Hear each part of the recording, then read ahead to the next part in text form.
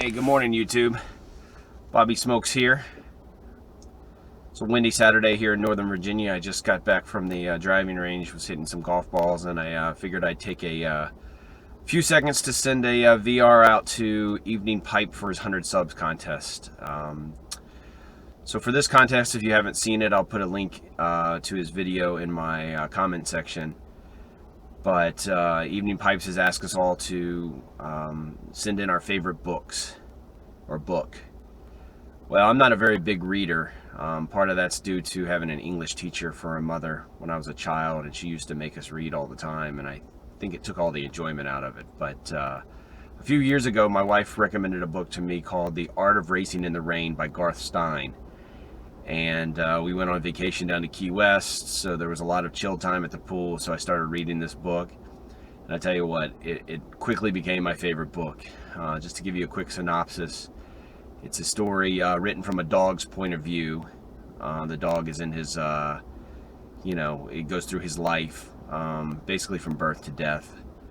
But it's very interesting to read this book because if you have a dog or have had a dog, you can kind of put two and two together on some of these thoughts that the dog had. And it really gave you a good perspective on what a dog may be feeling or thinking when they hang out around you. So I highly recommend that book. Like I said, I don't read very many books. I normally average about one a year. So The Art of Racing in the Rain by Garth Stein, I would definitely recommend if you haven't read it. Be prepared, however, it's a real tearjerker. You know the whole way through the book what's going to happen, but when it finally does happen, it just takes your soul and gives you a little shock there. But it's a fantastic book. I think they're making a movie about this in the near future, so I look forward to that. I'm not one of the ones who say the movie is worse than the book. Normally, I think Hollywood does a better job with their imagination than I do. So, not smoking yet today.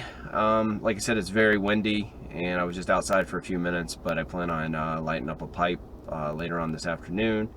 Probably going to smoke some of that Orlick Dark Kentucky that I got last week, which is rapidly becoming one of my favorite tobaccos. So if you haven't gotten that, go to Pipes and Cigar, because I think they do have a limited supply, but they still had some earlier this week when I looked into it. So to Evening Pipe, I tip my hat to you for your 100 subs, and thank you for the contest. And this is Bobby Smokes. Smoke on.